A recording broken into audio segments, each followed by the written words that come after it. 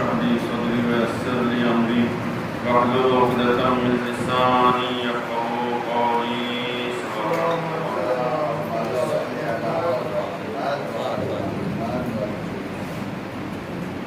وسعت کے سلسلے میں کچھ چیزوں کو ہم نے بیان کیا کہ وہ چیزیں کہ جو رزق میں اضافے کا سبب قرار پاتی ہیں وہ چیزیں کہ جس کی وجہ سے انسان کا رزق اور اس کی جو روزی ہے خداوند عالم اس میں اور زیادہ برکت عنایت فرمائے.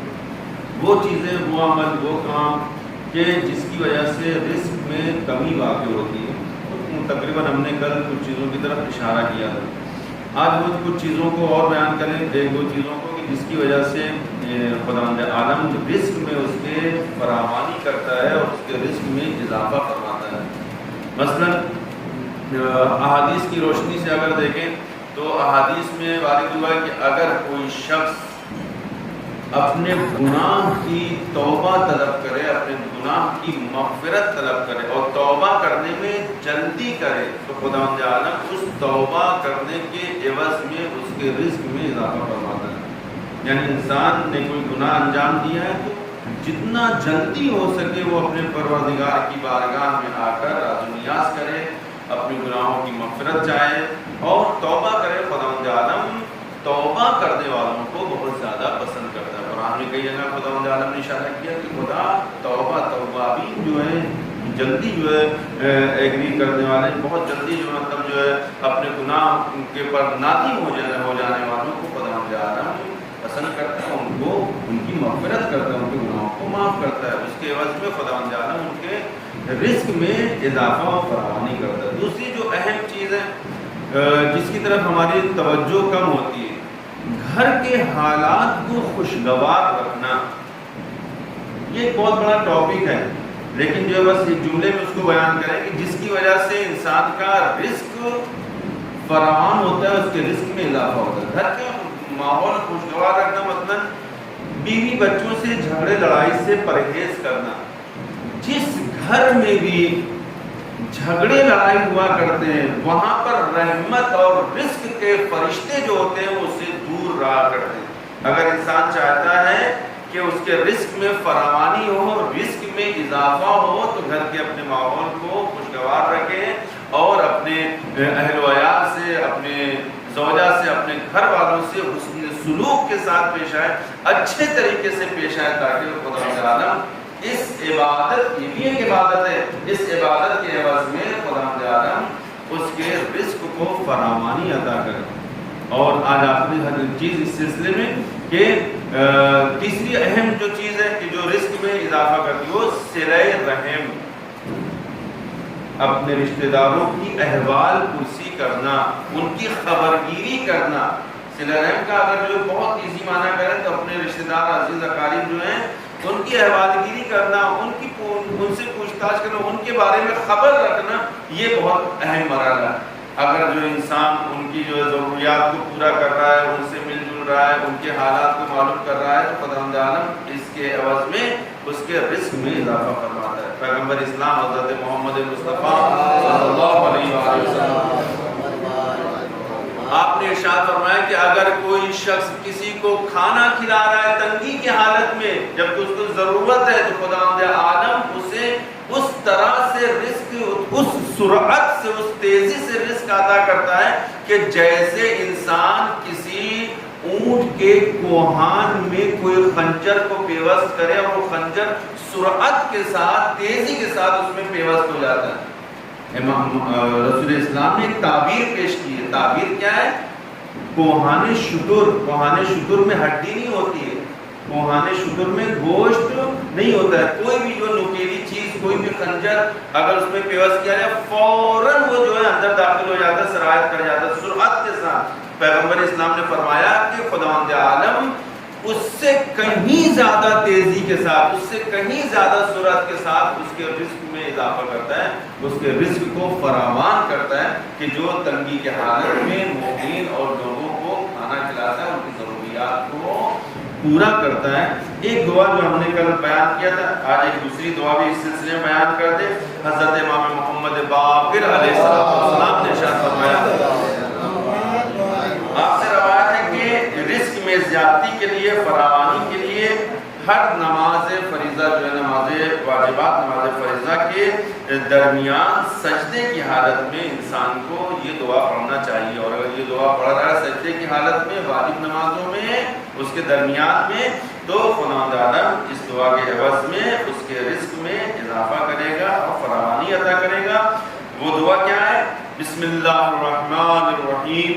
یا خیر المسئولین وَيَا خَيْرَ الْمُعْتِيِّينَ ارزقنی وارزق عیالی من فضلک فإنک ذو الفضل العظیم. صلوات پڑھیں محمد.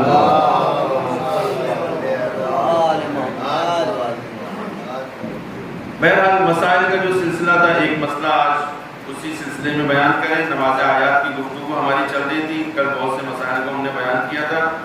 ایک مسئلہ یہ کہ اگر دونوں نماز مثلاً جو ہے نماز یومیہ جو ہم لوگ پڑھتے ہیں اس کا بھی ٹائم اور نماز آیات دونوں کا ٹائم جو ہے ایک جیسا ہو جائے، سیم ہو جائے، تو اس صورت میں ہم کو کیا کرنا چاہیے؟ کون سے پہلے پڑھنا چاہیے، کون سی بعد میں پڑھنا چاہیے؟ اگر جو مثلاً نماز یومیہ کا وقت تنگ ہے، مثلاً جو قضا ہونے والی ہے اور ہم نے نماز یومیہ، نماز ظہر یا مثلاً جو بھی نماز اس کو ہم نے نہیں پڑھا ہے، نماز آیات بھی واجب ہو گئی، تو ہمیں آیا اس کو پڑھنا چاہیے یا کون سی نماز یومیہ پڑھنا چاہیے؟ یا مثلاً جو ابھی نماز یومیہ کا وقت ہے ہمارے پاس، نماز آیات کا وقت تنگ ہو گیا ہے، وہ بہت ہی شارٹ ٹائم ہے، تو ہم کو اس کو پڑھنا چاہیے یا اس کو پڑھنا چاہیے؟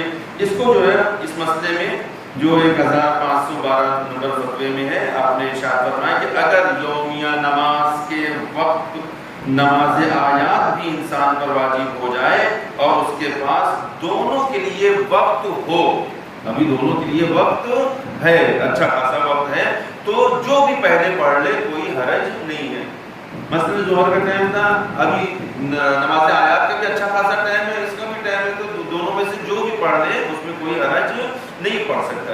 اور اگر دونوں میں سے کسی ایک کا وقت تنگ ہو تو پہلے وہ نماز پڑھے جس کا وقت تنگ ہے، یعنی جس کا وقت کم ہے، پہلے اس نماز کو ادا کرے. مثلا نماز آیات کا وقت بہت شارٹ ہے تو پہلے اس کو پڑھیں گے، پھر نماز یومیہ پڑھیں گے. اور اگر دونوں کا وقت تنگ ہو تو ضروری ہے کہ پہلے یومیہ پڑھیں. اس میں کیا کس کو فوقیت دیں گے؟ نماز یومیہ کو. اگر دونوں کا ٹائم جو بہت شارٹ ہے تو اس حالت اس صورت میں ہم کیا کریں گے؟ پہلے نماز یومیہ پڑھیں گے، اس کو ادا کریں گے، اور نماز آیات جو اس کو بعد میں کریں گے، کیونکہ وقت بہت زیادہ شارٹ ہے، بہت تنگ ہے.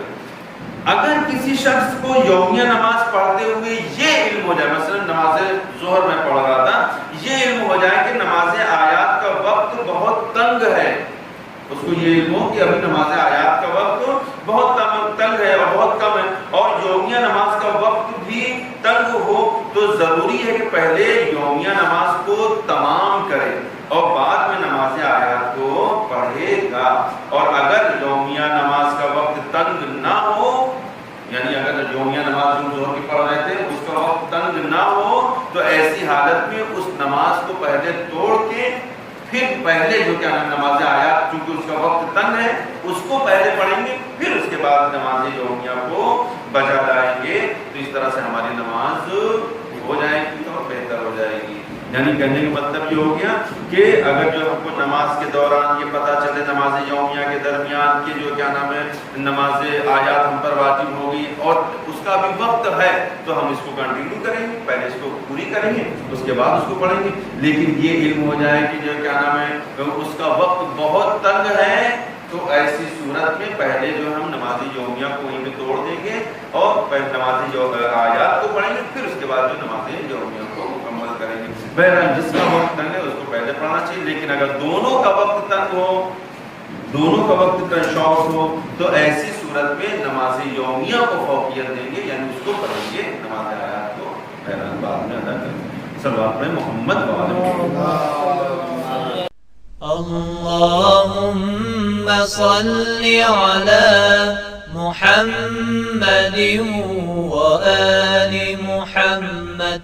اللهم صل على محمد وآل محمد. اللهم صل على محمد وآل محمد.